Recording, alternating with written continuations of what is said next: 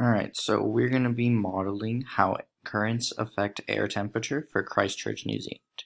So you're going to need to open up the modeling tool. Alright, so it's going to look like this. What our goal is to show how ocean currents affect the air temperature at Christchurch, New Zealand. So what we need to do is show where currents affect Christchurch begin and the locations they pass.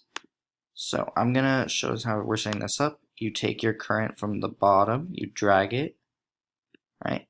We know from the map that we saw that the currents go from the equator towards Christchurch. So I'm going to drag this part down to the bottom, and we knew that our current started around the equator. So I'm just going to have this set up like this.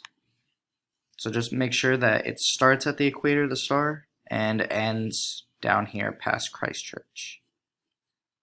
All right, so once you've set up the current, okay, what I want you to do is at Christchurch, click this little pencil right here.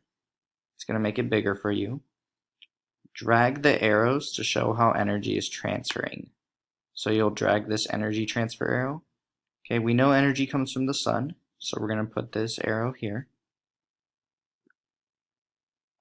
All right. I know that Christchurch is in the middle. It's not at the equator, it's not at the bottom. So I'm going to give it medium energy by leaving it like this. Okay. Then you have to think, is the water going to be warmer or colder? Right? If the water is warmer, then energy is going to transfer from the water to the air. Right? So you'll put an energy transfer arrow to show how energy is being transferred for each one.